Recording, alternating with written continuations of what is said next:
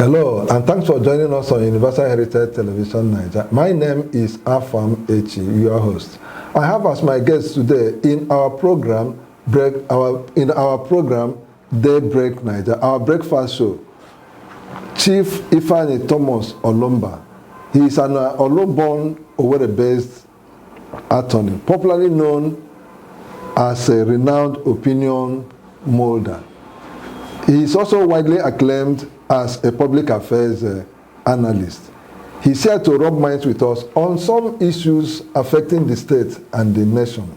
Sir, you are welcome to our program. Thanks for having me, Afam. Good day, dear listener. Please remember to like our Facebook page and subscribe to our YouTube platform. Barrister, let's get straight to the issue. Now, if you look around, you've been in this state for some time now. Imo State, especially the Owerri, the capital city, appears to be under siege of insecurity, robbery, killing, shooting, and the rest of it. You know, in the last 1 week or so, there have been incidents at the Omuguma roundabout.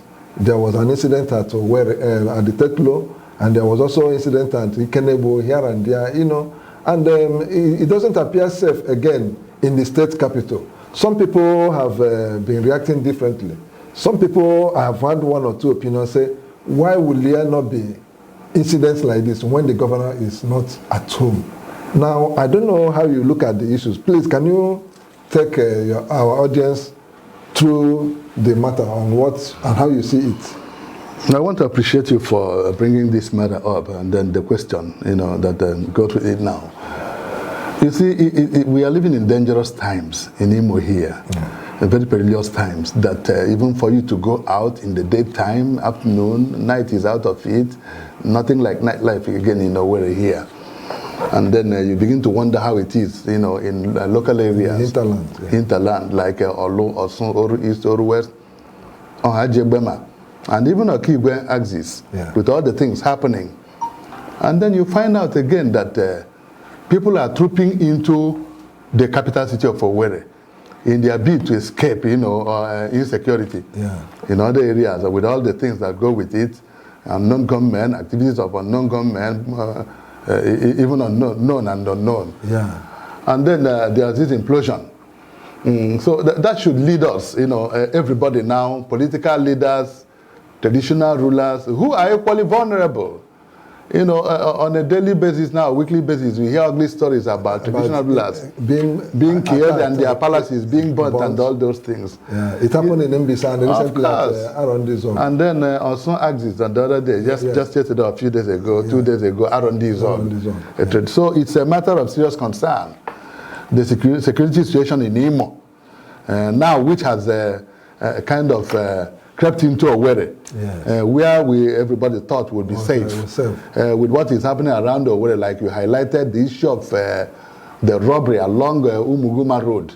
Yeah. In broad daylight, that was on Thursday last week. And then in the night, they came back equally. Because nobody challenged them. There was no intervention at all. They came back around 7 p.m. at that roundabout, final bus stop, Umuguma World Bank roundabout there. It's a very popular. But yeah, the final bus stop. Then robbed the PS operators. Citizens who wanted to challenge them, who wanted to intervene, was gunned down. Everybody ran. So you can find out there's a situation with that of Goldwise equally a few weeks ago. It was in broad daylight too. Broad daylight, even though those ones were arrested, we appreciate the police and the DSS for their efforts.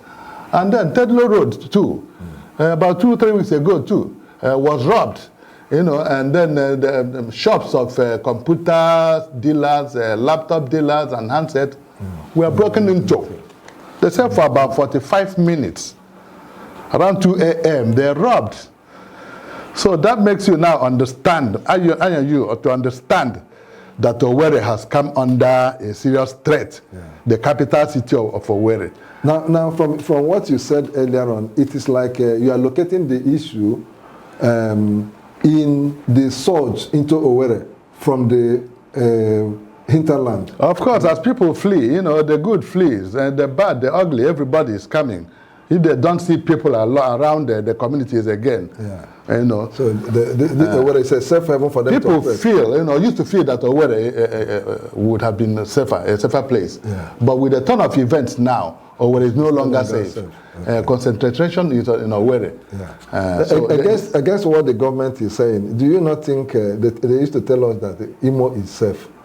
And do you think it is like the security operatives are not winning the war? Because if they can operate in a place for 45 minutes, because that's enough, and if there is patrol of security men around the cities, there should have been some intervention. And look at Tetlo, the distance between Tetlo and the fire service, and between Tetlo and even the government house and headquarters, police command. So what actually, how do you see the performance of that is why it is so disturbing. Everybody will tell you it's most disturbing. You know, when I visited a friend, you know, around the period they had Owerri. We call it a week ago now. I was with my friend in his house. He lives on Okorie Street, off Tetlo. He was lamenting. He was traumatized. I asked him a lot of questions. How did you feel? He said, no, nothing now. They resigned themselves to fate. You know, that he was in his house, hearing the gunshot and all those things, the shots being broken for about 45 minutes. For about 45 minutes. That was long enough. Honestly, to attract a reaction. Okay, sir, let's get to, you were once in the local government system. And I think under the regime of Rochas Okorocha. Yes. Now, the experience, the observation is that the local government system have continued to go down. I don't know, looking at the period you operated and now, what do you have to tell us about the situation of things, the state of things in the local government system, in terms of development, in terms of activities? Well, on one of the... Yeah, just to remind you too, if you go to some of our local government, specifically I used to travel past Ikeduru local government. If you just peep in, you see the whole place has been taken up by weed. If you go to other areas, other local government, it is the same. So I don't know why it should be like that, at that level of governance. It's part of the problem. Part of the serious problem. You see, we have 3 tiers, or we ordinarily should have 3 tiers of government. Then you have the federal government, you have the state and the local government to attend to the needs of the people. You know, taking government administration down to them, because that's where you meet the real people. It is about them, their commonwealth. But this time around, it doesn't function anymore. Not only in Imo, in some other places, a lot of places. So that is where we have to look into now. By doing what? Taking back power to the owners. Taking back the common resources of the people to the owners. When local government areas were functioning, people used to come closer. It was about their common interest. They would get to the local government chairman. I remember in my own days, my kith and kin, everybody from indigenous, all indigenous, they are my kith and kin. They would come, chairman, what is happening? What is the latest? What about this project? What about this one? Is there any allocation? Salaries? Have salaries been paid? And all those things. I am telling you, if you don't give them the right answer, they are ready to block the door there. You won't leave. Even the disabled people too. They will hold you accountable, for God's sake. They will ask you questions. And then it becomes on you equally, because you are their governor, you are their... That's why you are there. It is about their interest. It is just about their interest, not yours. So I advise for us to start getting things right, for us to curb this worsening insecurity now, the local government system should be made to be viable once more. Through that, you create job opportunities. Through that, you get people closer to power.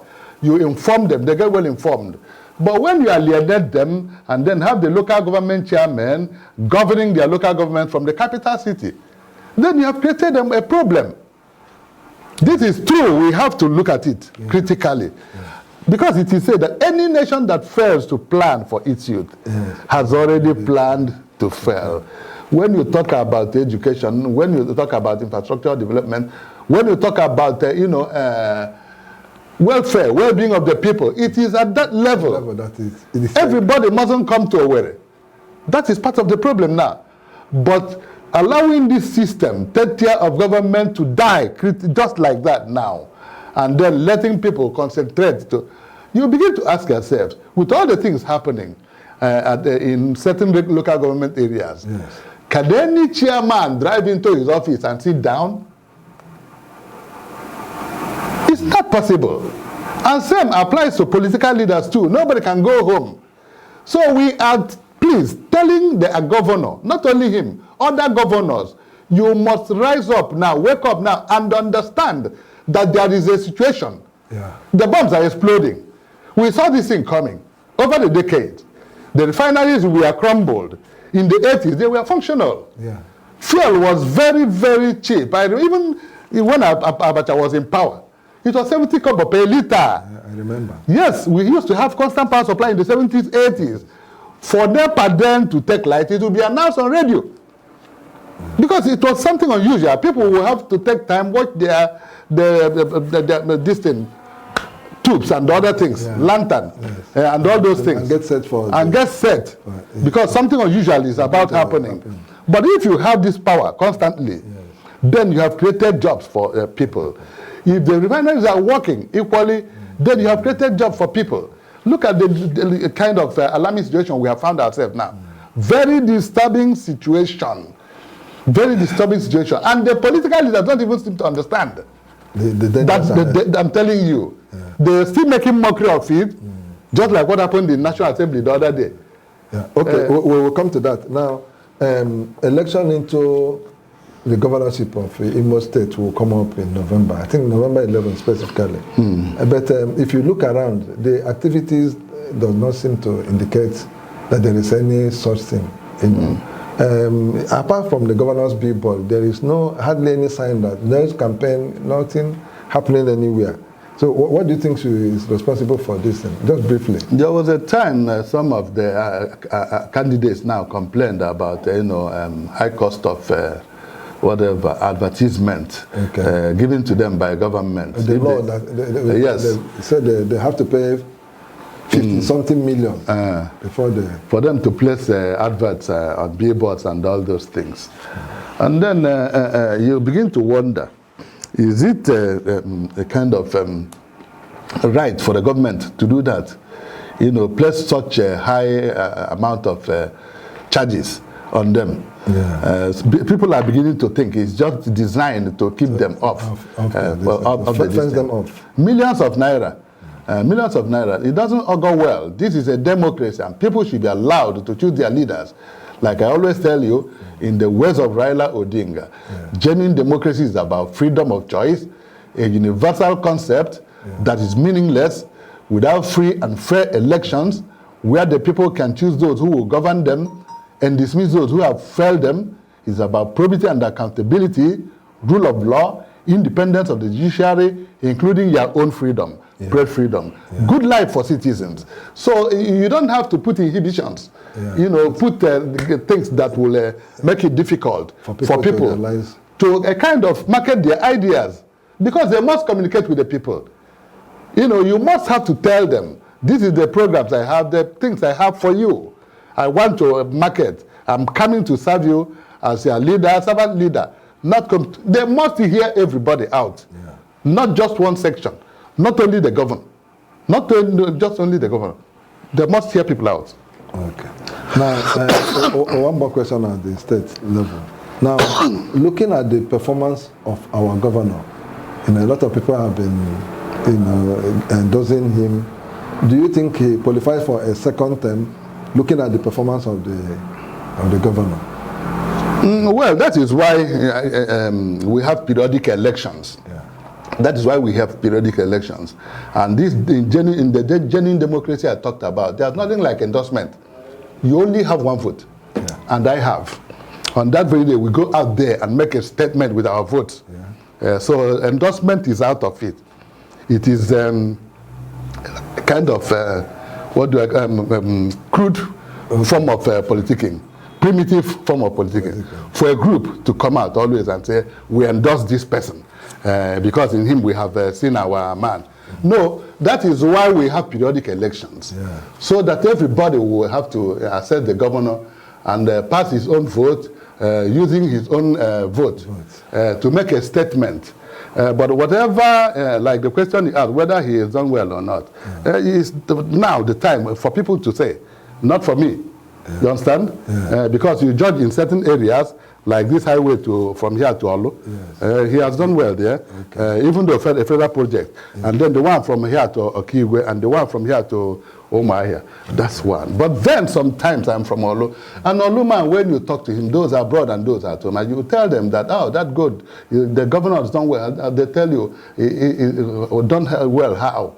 Is it that road that leads to Golgotha?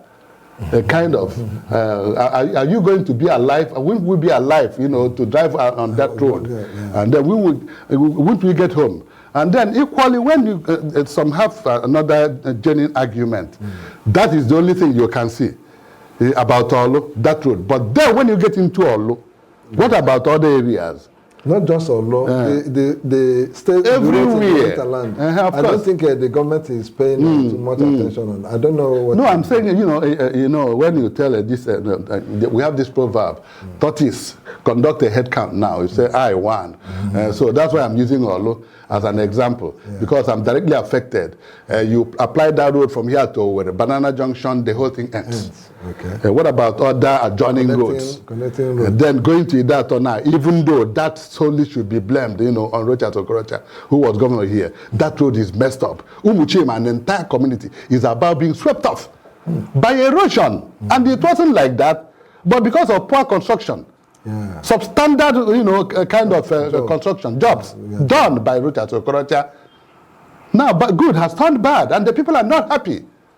Yeah, but he's serving his government. Of course, we were saying it, we are advising him, even in our meetings. Okay. But he knows it all. He's the only one. He's engineer. He's everybody. He's everything. So you have your channel, means of communication. You communicate. Yeah, and then when he noticed the people like us, very bold, brilliant, intelligent, to tell you, who are they to tell you the truth? That's what they call use and dump.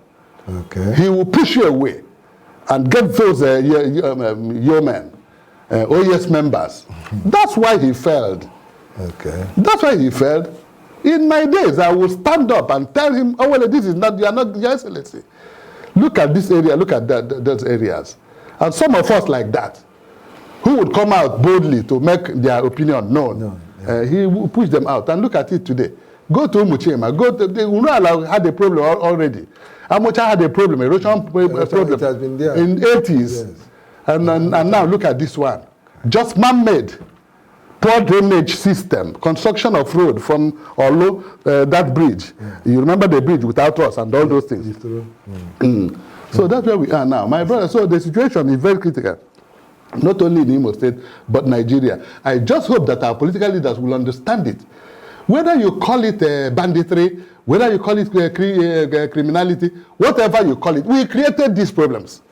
Let's come from the angle of the north. Look at the north. You remember the Almajiri system. Yeah. It has been there. And some of us who saw this coming knew it. How could you give birth to a child and just throw it into the street, plate in hand? You say it is a part of culture and all those things. Those children are grown now. Without education, formal or informal, without inculcation of the right values, without teaching them about, God and all those things. Education goes with culture. Culture goes with education. Yeah. Whether by a teacher, or by a cleric. Formal or informal. Formal or informal. Yeah. And the same thing applies here. Yeah. And we must keep telling them that any nation that fails to plan for its youth has already planned to fail. How do we get it back? It may take a long time, just a while. But first of all, let the refineries work. Let there be constant power supply. Think about employment for the people, for the youth. Okay. Because it is said that an idle mind is the devil's workshop. Okay. So let me take you to the national level. Now, if you are asked to set an agenda for the president, Bola Ahmed Tinubu, one-point agenda that you think that can impact the larger number of Nigerians, what is it that you will tell him? I know that one-point agenda. I already have said it. Okay. Making sure that the energy sector is operational, stabilized. It's okay. Let the refineries work. Okay. Let there be constant power supply. Honestly, because if you talk about peace and security, like I told them sometime, when I was invited by the then minister Labaran Mako as a discussant along Ebunta of ICPC then, to this 31st October lecture, FRCN, Federal Radio Corporation of Nigeria, 31st October lecture 2013. I was there, and it was live. I told them the truth. The theme of the lecture was peace and security, the imperatives of national development. I told them that you cannot have peace without justice. I told them that you cannot have peace without good life for the people. I told them that you cannot have peace without constant power supply and all those things. Having peace is not only in the absence of conflict or absence of war, conflict, or coup d'etat. It's about welfare of the people. It is about good life for them. It is about justice. You understand? If you enthrone genuine democracy, the people will be able to elect their leaders. And once you have good leaders, you will have good governance. It is easy to solve, but our people are not understanding it. Like what happened, they made a mockery of the masses, the owners of the Commonwealth. This man made so much mockery. The national Senate president, all those who say the poor should breed, say I. They said I. Those who say no, but they laughed over it. It was mockery. It was derogatory. Honestly. And they're supposed to be representing the people. Which means they do not understand that there's green grass in green grass, yes, or even on rooftop. They don't want to understand it. And it can consume it. I am telling you, as it is now, local government chairmen in Imo State are governing their local government from the state capital, and the state capital is becoming hot. One day, governors in Nigeria, all the governors will govern from Abuja. I'm telling you, if care is not taken, they don't seem to understand that there's a problem. Just like the same thing that's unfolding around the South, the West African sub-region. These people... We will come to that. We will come to that. Now, looking at the present realities, the way Nigeria is now, and the president recently appointed ministers, if you take into account the antecedents of these ministers, how would you rate the quality of the minister to be able to... If you want me to assess the ministers, it's equally like telling me now to assess who is the Senate president. Akpabio. Have you forgotten him? And the NDDC probe? Yes. Which National Assembly. The outcome of the NDDC yes, probe. National Assembly, and he came there, indicted everybody. Which made them start screaming everywhere, off the mic, please, off the mic. That is the man occupying that place. So if you call him corruption embodied or corruption in motion, personified, honestly, you've not used any bad language on him. That is it. Why recycle these people? There are other Nigerians too, who are very brilliant people, very unpolluted. Who are they? We have seen them. All this, you are recycling them as if look at the El-Rufai. Is that not an embarrassment?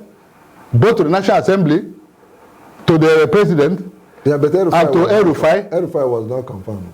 That's what I'm saying now. Okay, that's why I call it an embarrassment. For if they couldn't screen and confirm him, a man who was FCT chairman, and then governor just recently now.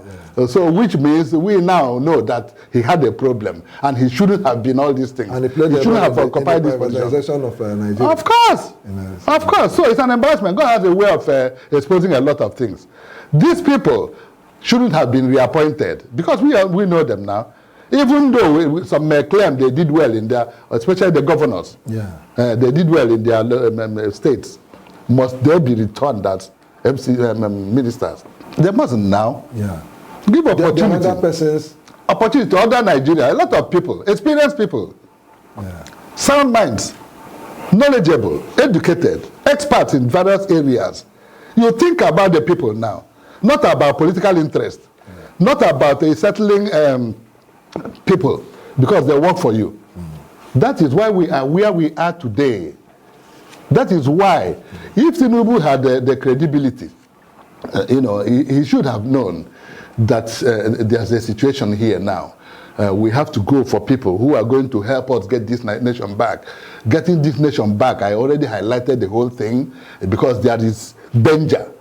There is danger. Call it whatever. Call it banditry. Call it gangsterism. Call it attacks from whoever.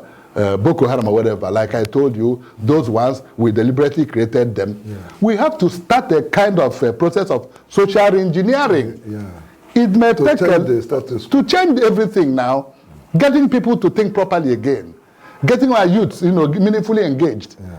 That's the way to do it. Without that, there is going to be an implosion one day, just like it is about happening within the sub-region. ECOWAS leaders have always been there.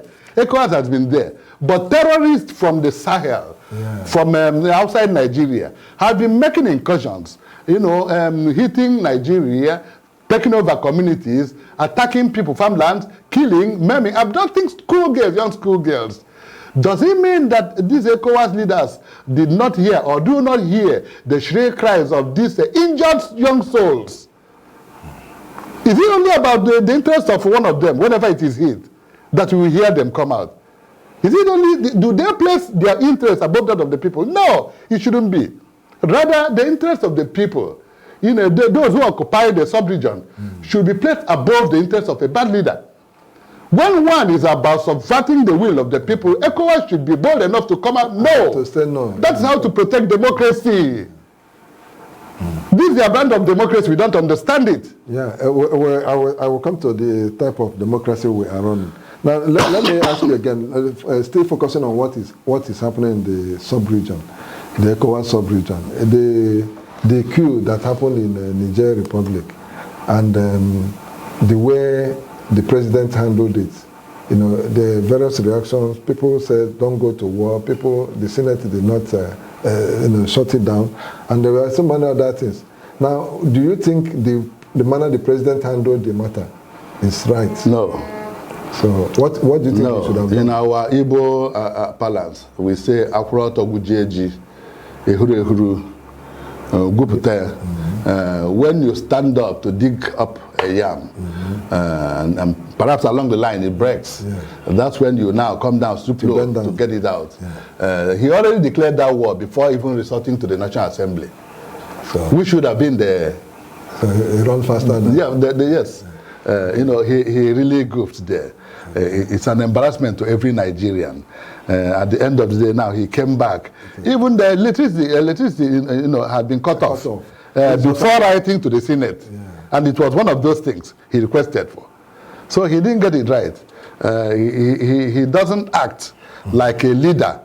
He doesn't act like a leader. He does it before coming back to think about it. Then forgetting that all these things are constitutional. He is just the head of the executive. We have the legislature, and then we have the judiciary. And then you remember in propounding the doctrine of power, separation of power. John Locke had this to say, why we must insist on that, this doctrine of separation of power must be respected. He wrote, on the reasons why. Because it may be too great a temptation to human frailty, up to grasp at power, for the same persons who have the power of making laws, to also have in their hands the power to execute them, whereby they may exempt themselves from obedience of the laws they made, and sue the law, both in its making and the execution, to their own private advantage. So let Tinubu wake up. Okay. In as much as although we are waiting for the judiciary to come into with what happened on February 25th, 2023, which has made every eye now all over the world to be on our judiciary. Let him understand that he's not a dictator. Okay. There's this arm of government called the legislature. Okay. He must have to resort to them, even though they are not independent. And that's why we must clamor for an independent judiciary. I have given reasons why it must be. Now, what I want to Which means the whole world is watching. Everybody is watching. But if it happens because the judiciary, does not come out to play that role, assigned to it constitutionally, by kind of a doctrine of separation of power. And the fear is that democracy will die in Nigeria. Because people, even with the forthcoming example, you will say something about it, for a forthcoming election, gubernatorial election in Imo. Before, you would have seen the frenzy. You would have seen people, moving around. The ecstasy. All those things, but it's not. Lack of interest. Majorly, part of it is, what am I going to do? Is my vote going to count? And INEC is telling us now we have learned our lessons. People are telling you, that's what we will say. Just like you confuse us the other way. So the democracy, to be sustained, for it to be sustained in Nigeria, lies now on the hands of the judiciary. And Milos must remember how Onoye was disgraced out and booted out of office. Milos must remember the Operation Sting, which saw to the invasion of houses of Milos. The female ones, such other ones, 2 a.m. Milos, we are caught almost, naked. Just because they accused them of DSS, accused them of corruption. Federal government accused them of being corrupt. And they were thoroughly embarrassed. They must remember all these things and then come out now and tell the whole world, no, we are not corrupt. It is their finest moment. Thank you so much for coming to the program. Thank you. We appreciate your presence. Thank you. And please do come again when we need you. Always, whenever you're working upon me, I'll come. Whenever you invite me, I'll be here. It's okay. Here we are rounding off. And he has told us so much and insisting that solving the energy problem is going to reduce the level of social disharmony in the society. And he made us know that the upsurge of people from the hinterland into Owerri is what is swelling the crime wave.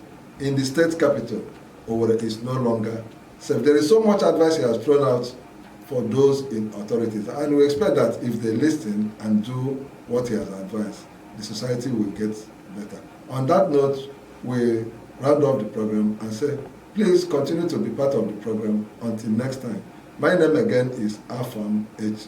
Remember to like our Facebook page and subscribe to our YouTube platform.